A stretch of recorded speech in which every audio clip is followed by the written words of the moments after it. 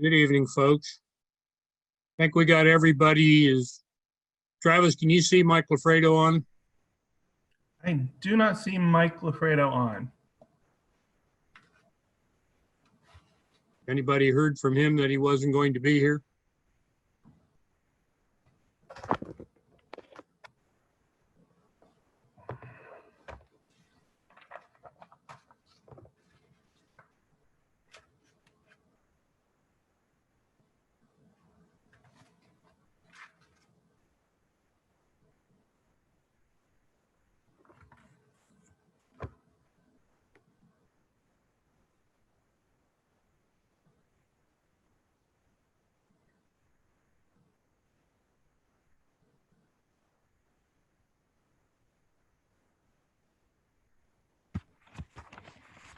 Well, Travis, let me know if you see him coming in.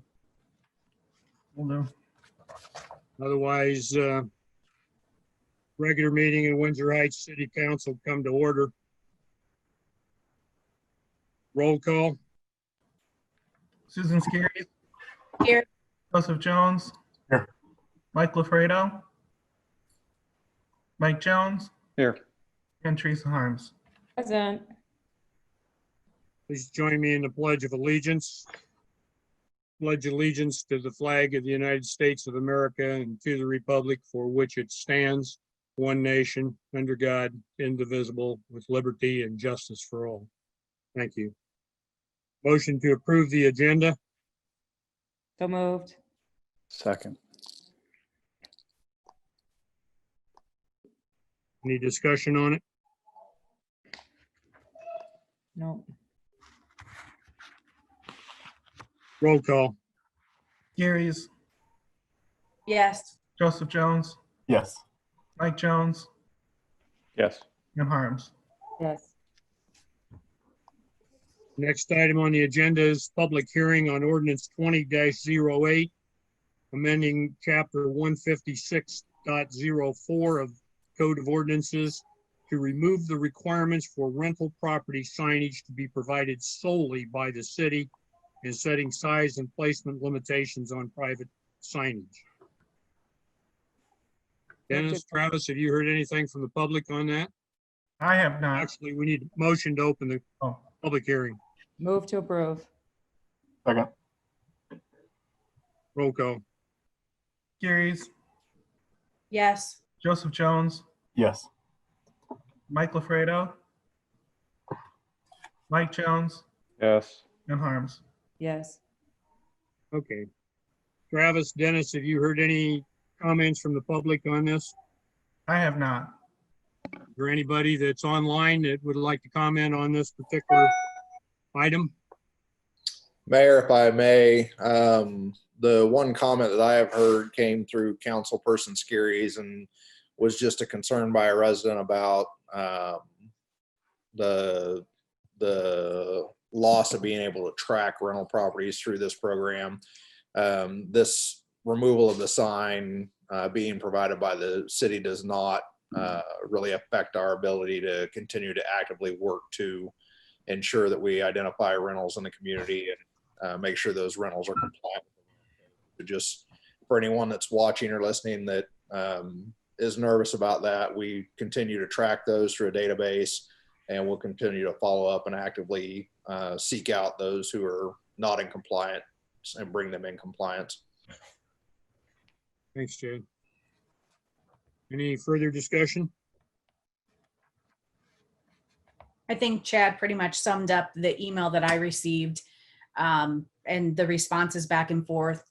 There was just the concern, as Chad said, about being able to monitor the rentals that were registered and permitted through the city. This resident felt that was understood the reasoning why this was put into place way back when it was probably 4 or 5 years ago. The main reason was so that they could watch for the rental properties to make sure that they were registered with the city. Got any other comments from the audience or from staff? Chad, just a real quick question. So how would that tracking work? that you know if they're not getting a sign, how, is it just because they have to be inspected? Is that how you would track that? So currently we have a database of the current rentals, and we actually keep past rentals that are no longer rentals. And every 18 months, we are proactive in sending out the reminders to renew their rental certificates.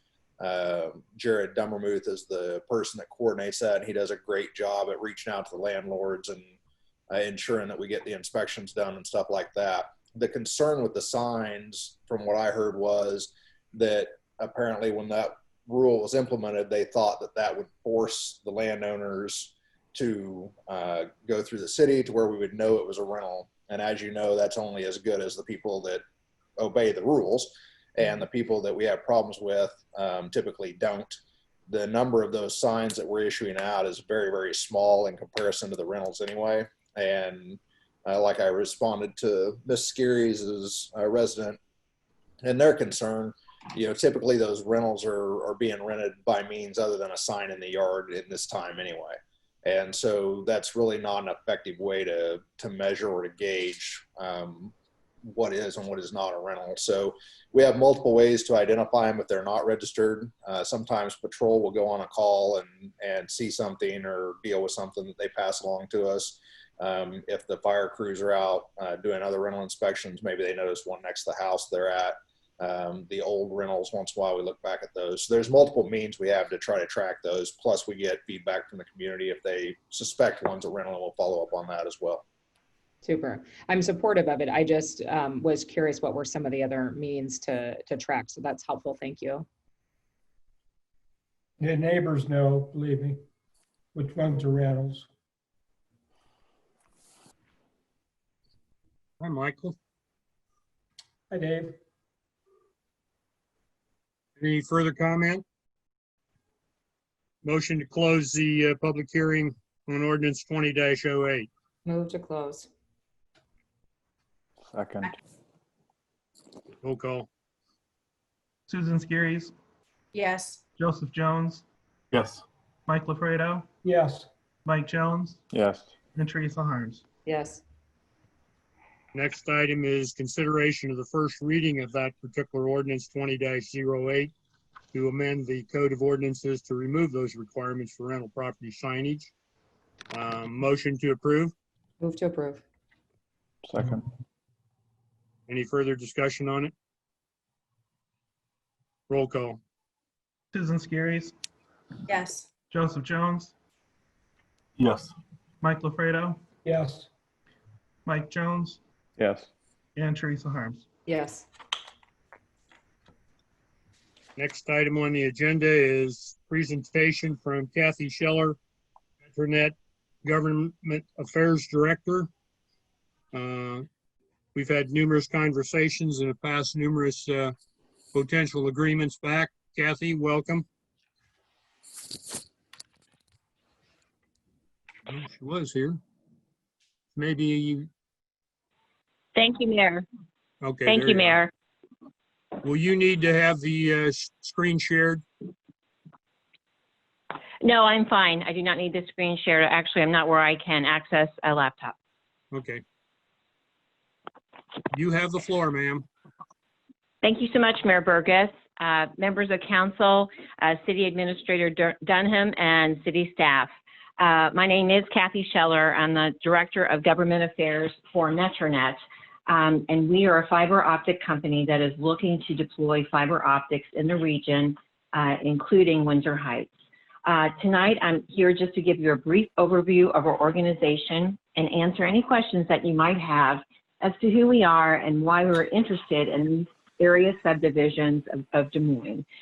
First of all, Metronet is a fiber optic internet television phone company that was established in 2004. We brought our first community on in 2005 in Indiana, Greencastle, Indiana. That was the year that there was another push for broadband, and we began our organization with rural communities within the state. As you know, with COVID and the situation now more than ever with people working from home, Students learning from home, telemedicine, telecommuting, broadband speeds have become more focused and paramount than ever in our country. So Metronet is really excited to be able to come into Windsor Heights and offer your constituents choice. Currently, we are serving over 100 communities within 8 states. In Iowa, we got our start in Bettendorf and Davenport, continued on to Ames, and it just made sense to us to continue our deployment in those cities that we felt were underserved in the Des Moines subdivisions. Metronet, as I mentioned, is phone, television, and internet. The interesting thing about our internet is we have symmetrical speeds. What that means is you download as quickly as you upload. Our lowest offering is 100 meg down, 100 meg up.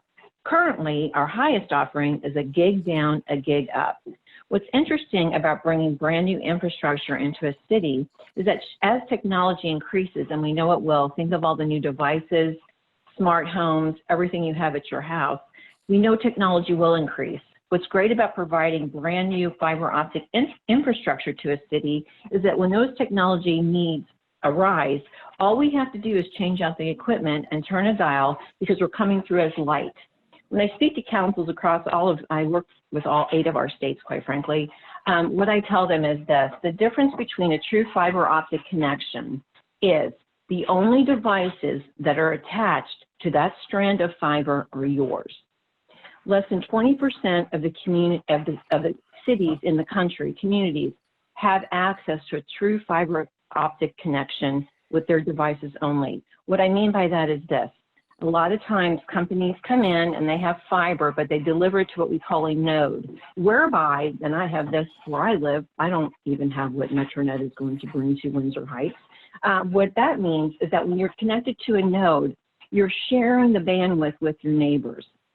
That's why at times your computer is slower, there's buffering. The beautiful thing about this, and this is just my personal feelings when I present it to council, is that when the only devices are only on your strand of fiber, your speeds hold true. And especially now, I've had people come up to me who work from home to download and upload. An engineer said he can actually download and upload files immediately. It's a game changer for the communities that we serve. Quite frankly, we have been doing research. We follow a strict due diligence process and plug numbers into our business model. We only go to communities where we believe that the choice of fiber optics is critical and that your residents will have that opportunity. So we chose Windsor Heights to do that. What does fiber optics mean? It means smart cities, smart, telemedicine, schooling. All of those ingredients come with Metronet. And I'm excited that we've had conversations, as Mayor Burgess indicated, with staff to talk about the quality of life, the future-proof capacity, and the latest technology that could be available to your residents. There's just a few items I always talk about that I found fascinating in my own readings being in the industry. If you have the opportunity at your home to have a true fiber optic connection, you don't have to take it. As you know, Metronet will be passing homes within Windsor Heights, and it's up to your constituents to choose if they would want fiber optics or not. But just because they have the capability to connect to fiber optics, their increased home value will go up by 3.1%. As I mentioned, only 20% of homes in the United States have access to fiber. Competition. As you know, when a competitor comes into the market, everyone seems to do better. That is why people push for competition. It's good for you to know that Metronet, when we are in communities, we are monitored on the speeds of our internet. And historically, Metronet markets have the fastest average internet speeds in those markets that we serve. One of the things that's really important to our organization is our customer service. It's actually one of the pillars of our organization. When you're a new entrant into a market, you look for things that establish a niche for you. And a high level of customer service is absolutely paramount in our organization. Again, being measured, we have an average of 30% plus higher customer satisfaction scores than our peers. Broad availability. We're not just coming into Windsor Heights and building out one neighborhood and not another. We have a substantial portion of city households in our initial build. A local presence. love local staff. We like to get involved in the communities we serve. I personally believe it's a win-win combination. By us getting involved philanthropically in Windsor Heights, it allows our residents to know who we are and know that we want to be a part of the community. It's the best technology available. Again, our highest offering at this time, I anticipate that that will increase, is a gigabit symmetrical speeds. We don't come in, the other part of this is we don't come in and outprice ourselves to get this access to fiber. We call our pricing more for the same, and it's something that we adhere to, and we're very transparent about that. Residential contracts, there's no long-term contracts. We're so confident in the infrastructure. We've never had a need for long-term contracts. The other thing that's important is we have a redundancy route. When we come in, and I've mentioned this to the mayor and city staff, we come in and design Windsor Heights completely before we come in. We will be able to share maps and show you the plan on how we think to deploy the city. We're really big about redundancy. What we mean by that is if we ring the cities that we serve. So if fiber goes down on one of the rings, we are able to divert traffic while we repair the other ring in our infrastructure. We are 100% responsible for maintaining our infrastructure. Another thing that I mentioned to Mayor Burgess and members of staff is that we're very big about communication. Once we proceed forward and decide and mutually decide that MetroNet will be another provider in Windsor Heights, we have a series of communication plans that will immediately be in place. We're very proud of our construction communication plan that we share with our cities because after all, this deployment is brand new infrastructure on par with roads, water, sewer. This is a brand new infrastructure that's being brought into Windsor Heights, completely funded by MetroNet.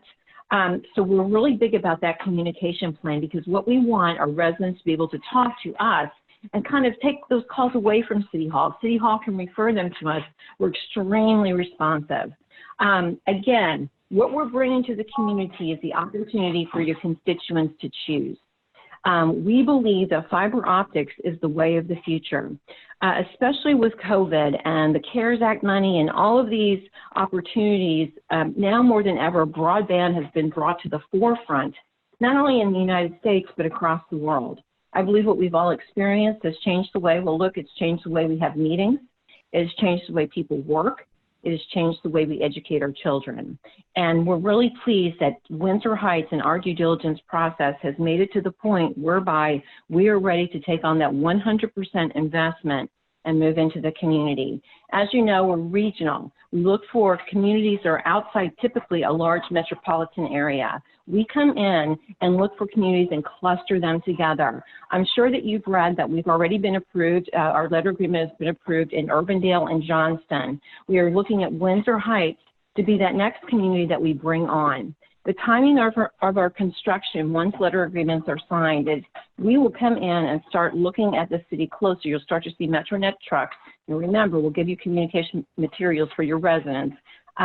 But you'll start to see them, we anticipate, in October. Your staff will have drawings of where we want to go by January, how we're going to design the entire city.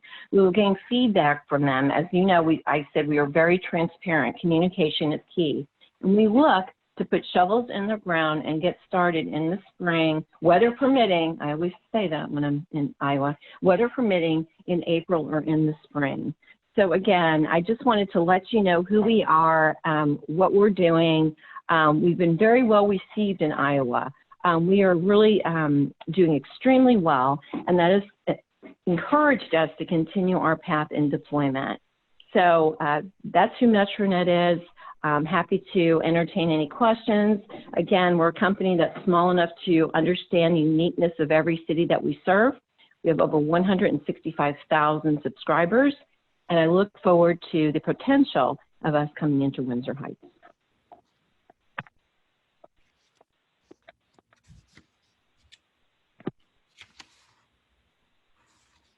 Is it implemented in Urbandale right now? Excuse me, I couldn't hear that question. I apologize. That's okay. Is it up and running in Urbandale? No, we are actually kicking off construction in Urbandale. We just got approved there. We're actually kicking off our construction to bring in our feeder rings on October 30th. I'm sorry, September 30th. And Ames is up and running. Absolutely, it is up and running, and we're doing very, very well there. Hi, Kathy. This is Teresa. I appreciate you coming in and meeting with us in February. It's been a long journey, but I'm glad that we're finally here and having this conversation with the City Council. And so I appreciate your working with our staff to get us here. And I don't know if this is a question for Kathy or if it's a question for the staff, but I see that in a couple of provisions in the contract language, it said that we crossed out that they would provide a video channel for city communication and that they would have a retail business location in Windsor Heights. Talk to me about why those things are redlined.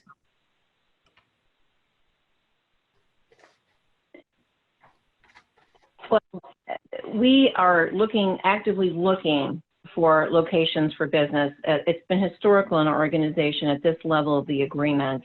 The letter agreement really just talks about the deployment and what that looks like. We have not decided where exactly we're going to put our retail store, and we've never put 8 states, any communities, anything about the location of our retail location.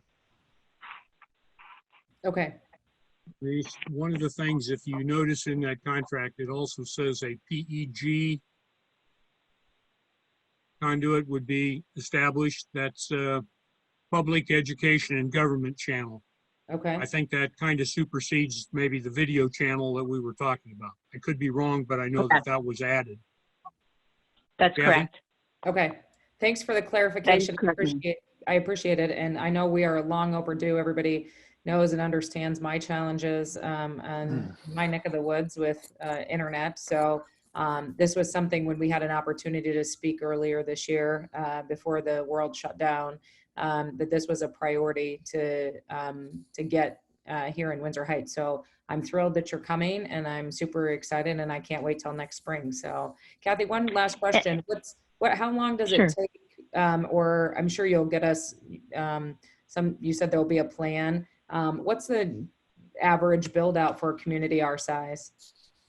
You know, typically, again, I say weather permitting, but it's typically a year. And again, I was trying to make, because I've attended many council meetings, my comments in brevity, but just know this, the communication with staff, you will always be updated on our progress, how much footage we're able to deliver to Windsor Heights in a month. If your residents reached out to our construction communication website, what the nature of those calls were about, you will know all of this, and staff understands this. We're very transparent, but we believe that we can get through a community such as Windsor Heights, and we're going to be doing it simultaneously with the 5 communities that we indicated in order that we don't inundate you because we're coming in to put in new infrastructure. But we anticipate 1 year to 2 years is the process that it will take to build out the entire community. We do not come in and then leave.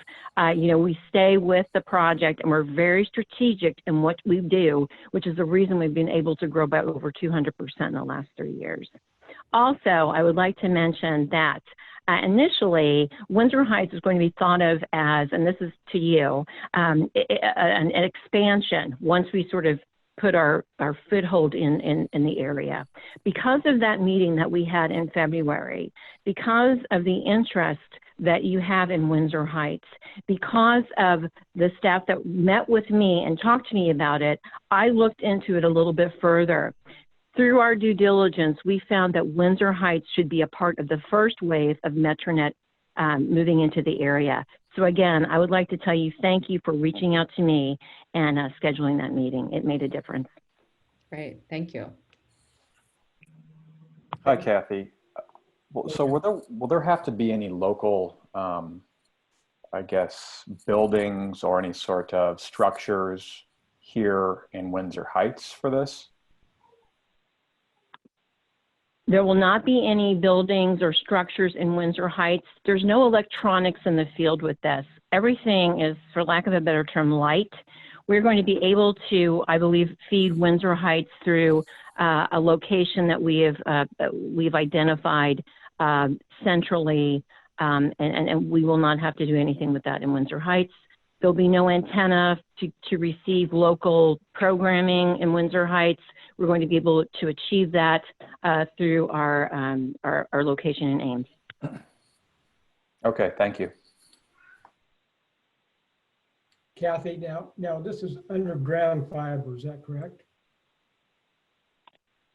This is what we do is we follow power. So if there are poles, we will attach our fiber to poles. Wherever there's underground utilities, we will go underground. So we stick historically through 8 states, 100 communities, we follow power. It's very important in our due diligence and in our business model that we make sure that we follow the power grid that is present.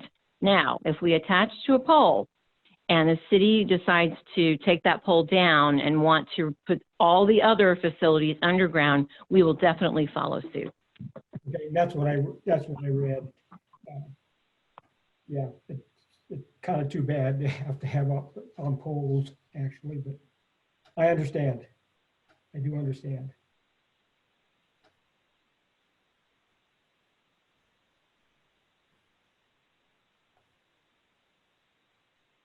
Anyone else have any questions for Kathy?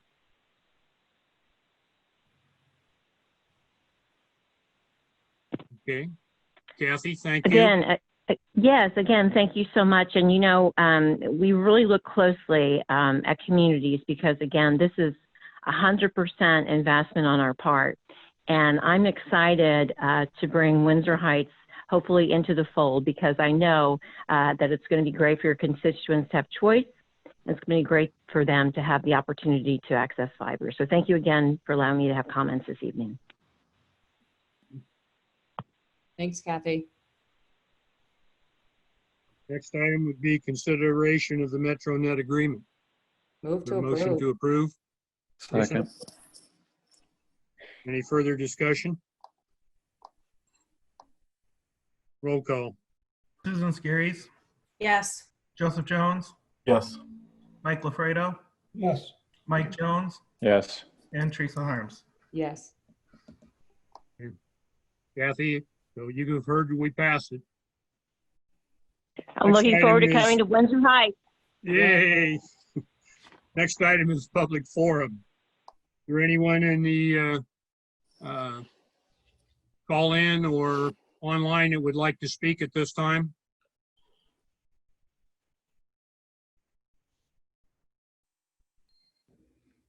Hearing none, next item is the consent agenda. Motion to approve. So moved. Second. Any discussion? Roll call. Susan Skiris, Yes. Joseph Jones, Yes. Mike LaFredo, yes, Mike Jones, Yes. and Threase Harms. Yes. Next item, it's under old business. It's consideration of resolution 2020-111 to award a contract to OPN Architects to provide concepts and schematic design of community center flood wall improvements in the amount of $19,190. Last meeting, it was 2-2, so it's back on the agenda now that we have a full 5. Motion to consider. Move to approve. second, Discussion? Dave, I would say the added information that we received from Dalton makes a big difference. I mean, I really don't think we know yet exactly how much the thing would cost from beginning to end. Because as I look at that, it looks like actually, since we're 2 feet below right now flood stage, that wall will have to be 6 feet up.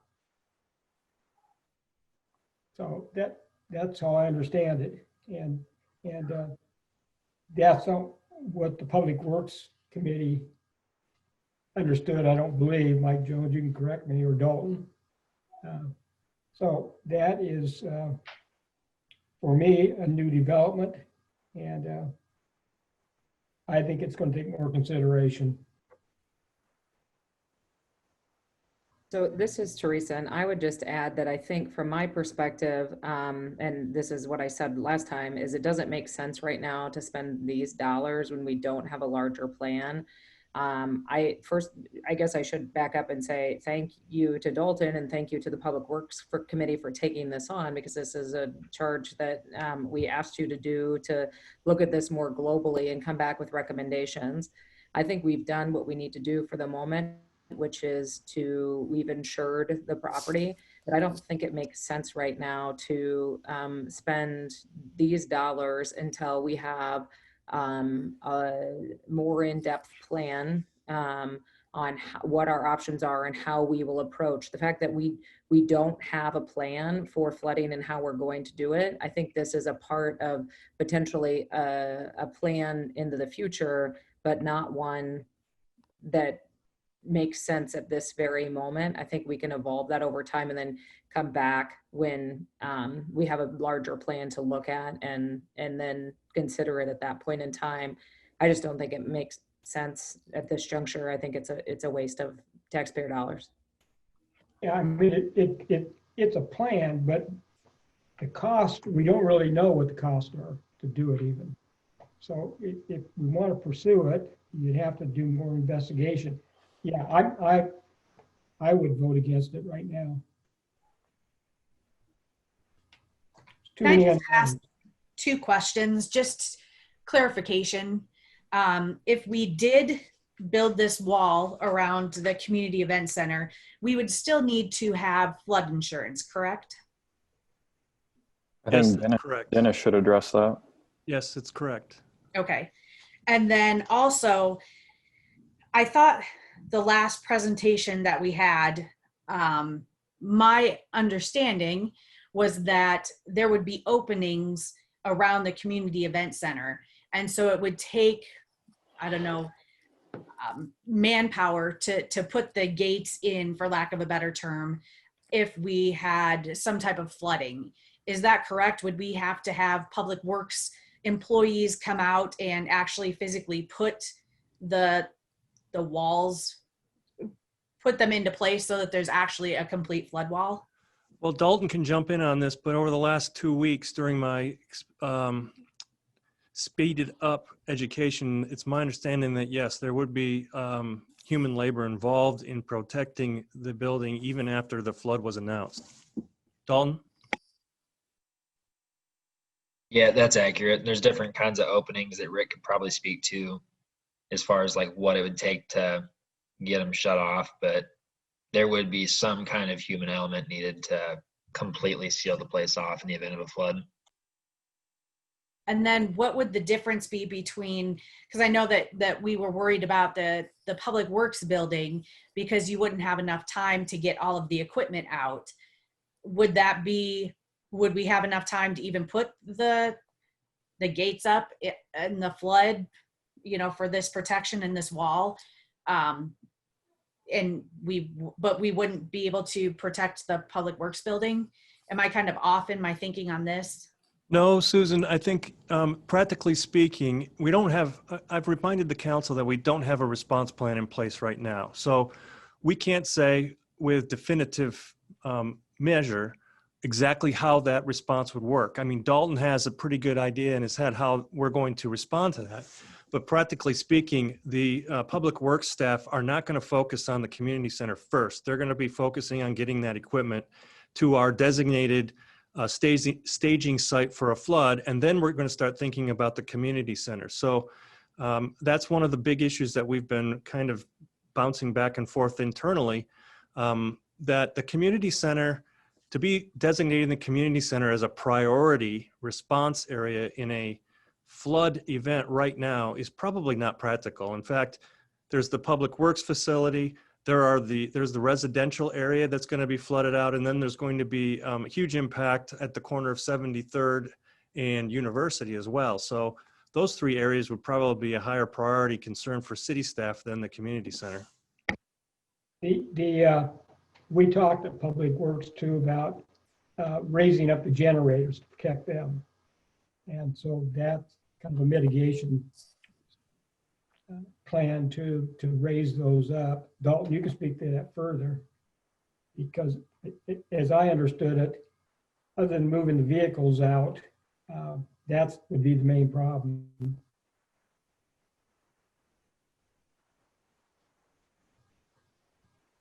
Yeah, I don't really have a whole lot to add on that. Susan, you're in the right vein there though about limited time and people in the event of a flood. So I definitely hear you on that one. I just wanted to make sure I was understanding everything correctly. So thank you. Any further discussion on this? We do have Rick Seeley, Mr. Mayor, we do have Rick Seeley on with OPN Architects again. If anybody has any other technical questions or any questions about the proposal that you thought of since our last meeting or your last meeting. Thanks for joining, Rick. Thank you.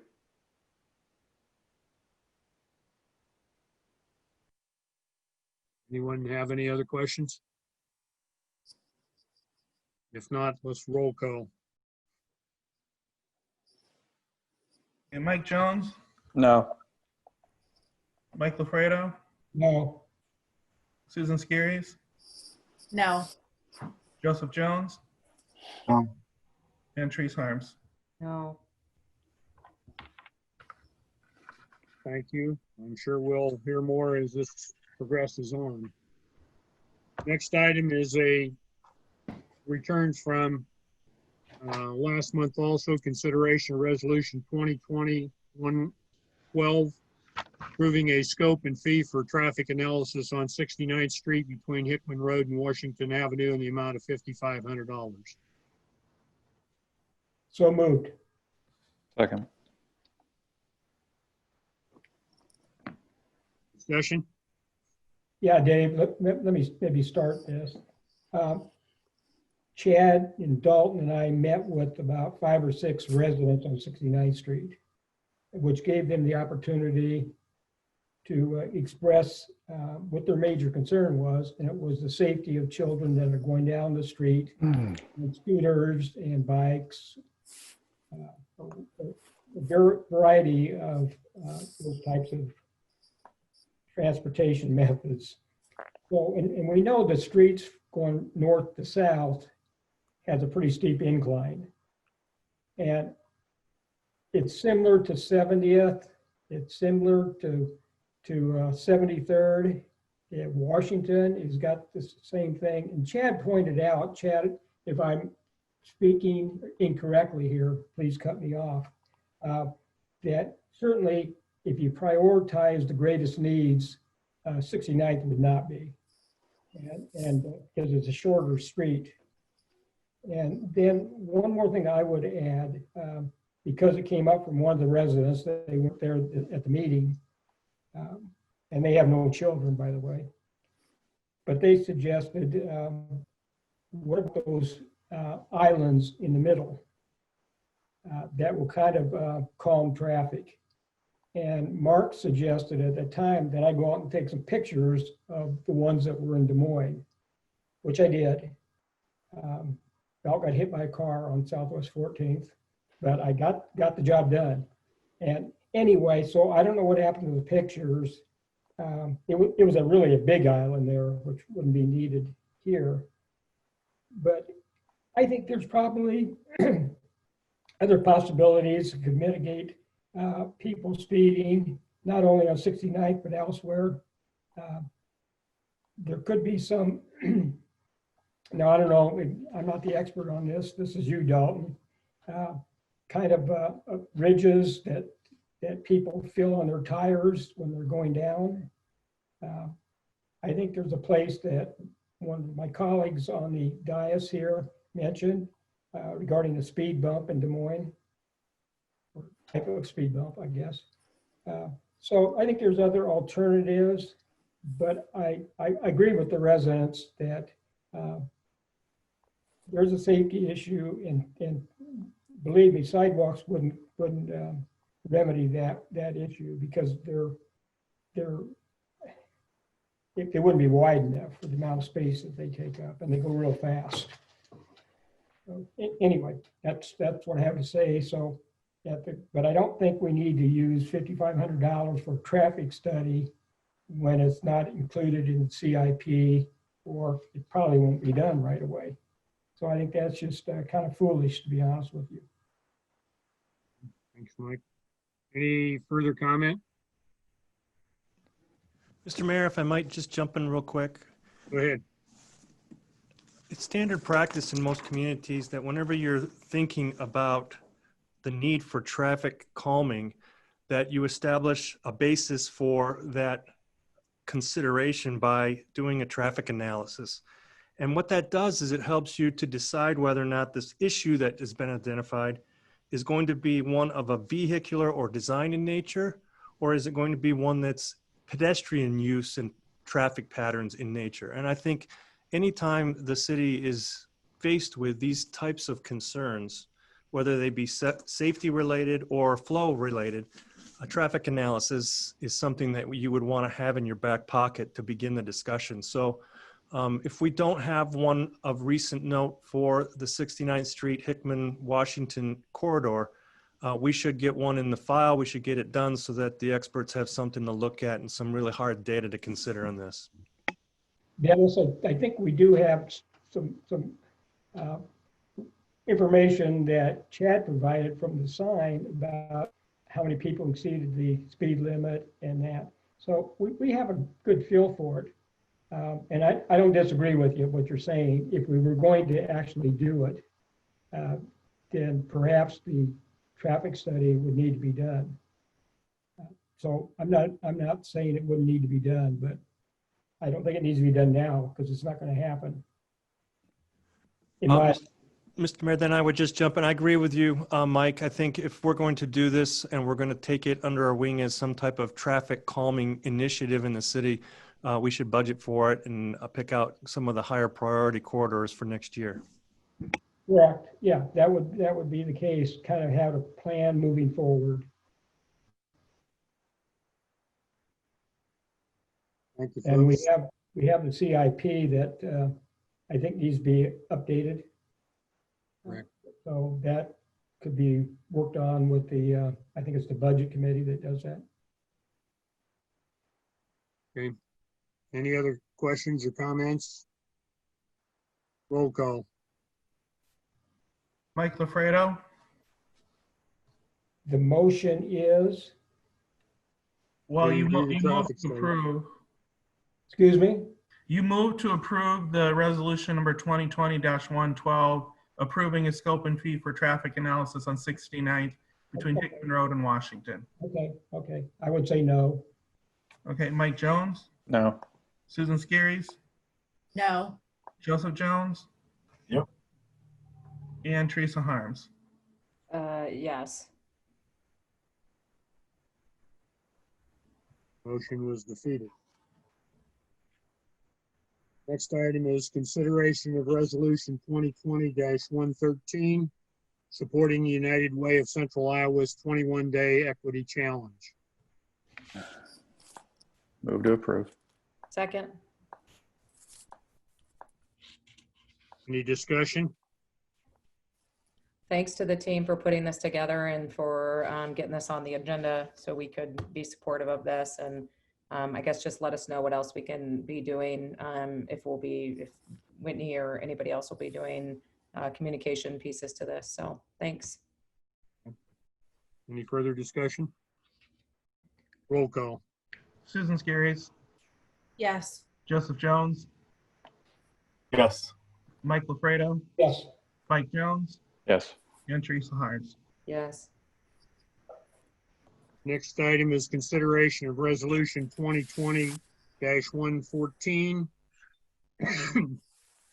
Resolution approving a scope of services agreement with Bolton and Mink in the amount not to exceed $29,000 to provide engineering and construction administration services for a public-private partnership stream bank stabilization project on North Walnut Creek.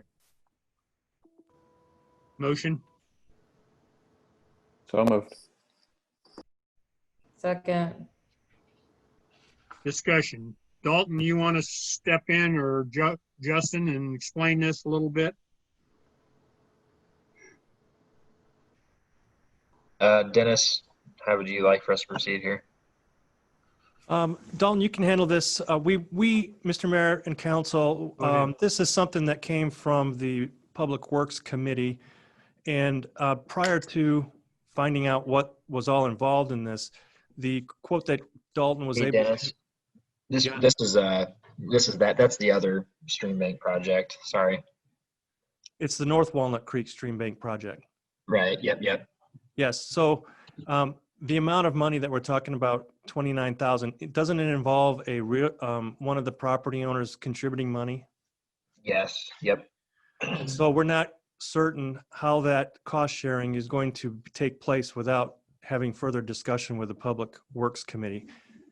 Did I get that right in the end there, Dalton? Dennis, Dennis, if I may, Public Works Committee did not take, this was not a topic that we even talked about, this particular item. And we've got two kind of similar but different projects here. This one,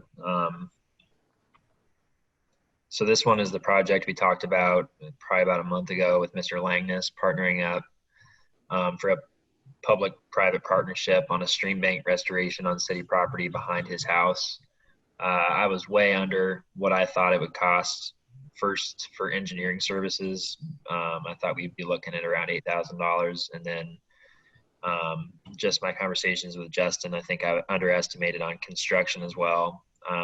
His estimate right now, without really getting into the design and survey and all that, is pushing $100,000, and I thought we would be somewhere in the $70,000 to $80,000 range. So I spoke with Mr. Langness about. Spoke to Mr. Langness about this, and he was not thrilled that the design came in that high.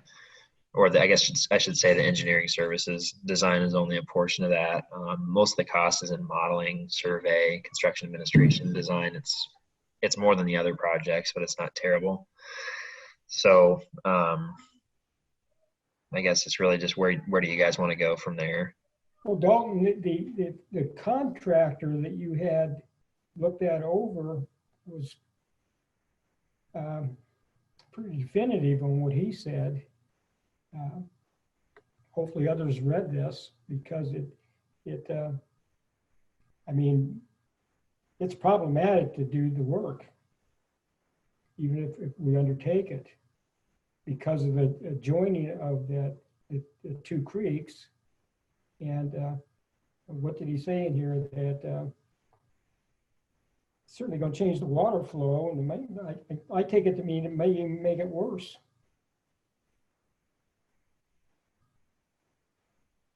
Yeah, it'd be difficult to do without causing higher flood elevations. Right. Hey, Dalton, this is Justin. Do you want me to explain that a little bit? Yeah, I mean, go ahead. Yeah, so how it's different from the other two projects was the other two projects we were able to put next to the bank and cut the bank up. So that we didn't change anything to the creek flow. This in location, the creek is a little wider. And not to lose all those trees along there, we would actually have to fill in the creek itself. So when that happens, we have to show the DNR that we are not creating any flooding upstream that isn't already existing. So if we cause a rise to the elevation, we have to show that we're not doing that. So anytime you fill in a stream bank, even though it's, might not have been like that 50 years ago, now if we do, we'd have to show it. So that's where a lot of the cost gets involved, is modeling that flow with whatever design we come up with, and that's dealing with the DNR itself. So designing, we might have tweaks in it that they don't like, so we have to go back and try to change it and then change the modeling a little bit. So that's kind of where the expense kind of adds up. It's just a lot of time and effort. DNR is about 3.5 months out on just giving you a permit right now. So it takes a little bit of time. So that's just kind of what the difference is from the previous two locations we've done to this one. Justin, can you kind of explain how these contracts work, the hourly not to exceed cost and all that? Right. I try to generally make, we don't go over it.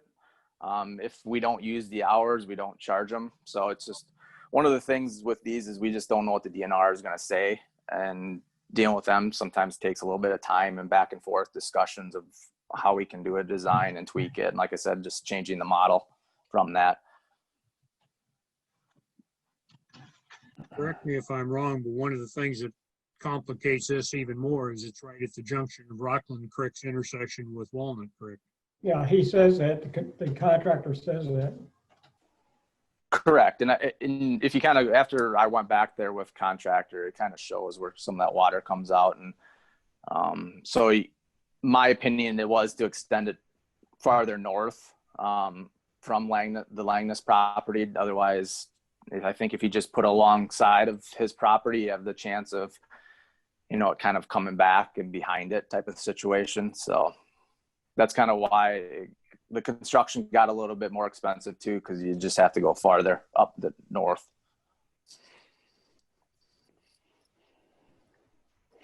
And we still don't really have a good, clear picture of what the investment will be from Mr. Langness. So I called him on like Thursday last week and talked to him about this scope of services agreement. And like I said, he wasn't overly thrilled about it. He said that he's willing to participate on the engineering as well as the construction, but not to the tune of 50% match at $29,000. So I think that he had originally talked about up to somewhere around $40,000 total project contribution. And I mean, I'm assuming that he would be agreeable to that still, but I don't want to speak for him. So Maybe we should, because it wasn't discussed at the public works level, maybe it should be. And that way we don't have to have discussions of, someone's money on a public meeting, I guess, with details like that. That's just my thought anyway. I agree, Mike. We'll pull back the motion and put it referral to the Public Works Committee. I'd make that motion. Second. I'll second it. Okay, so our motion now is we will consider that in the Public Works Committee meeting and bring it back to council for further action. Okay, just to be clear, the original motion was made by Mike Jones, seconded by Threase Harms to move to approve the resolution. Now, I'm understanding that Mike Jones is withdrawing that motion. And I'm happy to That withdraw it. So. And Harms will do your second. And then we have a new motion by Mike Jones and a second by Susan Skerries to refer the project back to the Public Works Committee. Correct. All right. Sounds good. Okay, roll call. Susan Skerries, Yes. Joseph Jones, Yes. Mike LaFredo, Yes, Mike Jones, Yes. and Teresa Harms. Yes. Thank you, folks. Next item is reports. Susan? I don't have anything other than the communications committee met today, and I'll let Mike Jones talk more about that. Joseph? I will just say that we have a movie in the park on Friday, Back to the Future. So excited about that. Excited about the DeLorean that would be parked outside if Mike Jones wants to come take a picture with the time machine. Otherwise, we had a good MPO meeting. Not a whole lot that came out of that, but there are some things that are going to be coming down the pipe soon that I'll discuss with you once those get in motion. hey, Joseph, you also, are they gonna have a time to show their electric buses? Yeah, so there'll be a show off of that for DART this coming Friday, I believe. Is that right? Yep, Friday at 11 o'clock. I think, no, wait a minute. It is coming soon. I will send you the notification on that when you can come check out the new electric bus at the, Pretty exciting. yeah, it's going to be really exciting. And Mike, you got anything? No, I had the privilege of going to one of the DART meetings and also one of the Metro Waste Authority meetings. And they're always interesting. That's all. Okay. Mike Jones? Had a communications committee meeting today, discussed the crisis communications plan that was put together by Whitney. She did a great job with that. There was a lot of input from Susan as she was out speaking with residents a lot during the derecho. And so there's a lot of feedback related to, what we can do better, discuss texting platform options, working on putting together a mail piece for University Avenue residents with regards to the construction, and then made the decision to continue the print newsletter for the people who want it due to the low number of people who do want it. In the event that it should get to a certain number, we would have a discussion about outsourcing, but for now we'll continue to do it in-house. I believe that was everything. We'll also put a note on there that will allow the recipients to opt out as a reminder. So, Correct. Okay. Threase? Good evening again, everybody. My only report is that we do have a public safety committee meeting on next Tuesday. And so more to come. We're getting the old gang back together. So we're excited to get back to work. So that's all I've got. What are the topics, Therese? Oh, Mike, you would have asked that question. Hold on just a second. I can tell you. I got to pull it up though. You always ask the hard questions. I know it. I sent it to everybody. I believe, and Chad can correct me if I'm wrong, but we're going to do an overview of just a department update. Chad, if you want to, I can't find my email right now, but anyways, I'll send it out. How about that? Okay, that'd be good. Or It'll be a staffing update, a budget update, and some policy updates, and then the initial draft of a local emergency action plan that marries up to the crisis communication plan. And I think it's Monday. I set up Tuesday. You're right. It's Monday. I hope. It's Monday. It's Monday because it's opposite of council. Yep. Sorry. Thank you. The days run together. don't they? Dennis? And you're very seldom wrong. I know. I think since we got public safety report, public works report, communications, recreation coordinator reports are all in the packet. Dennis, would you like to sum it up? I have nothing to add for the good of the order tonight, but I do say the staff is doing a great job. I am counting on them every day to show me what to do, and loving every minute of it. We've had the last 2 weeks have been just great, and thank you to the council members who've had coffee and stopped in to see me. My door is open anytime. Thank you. Anything further from anybody? Motion to adjourn. So moved. Second, Roll call. Series, Yes. LaFredo, yes. Mike Jones, Yes. Joseph Jones, Yes. and Threase Harms. Yes. Thank you, folks. Thank you. See you all Friday. God bless and good night.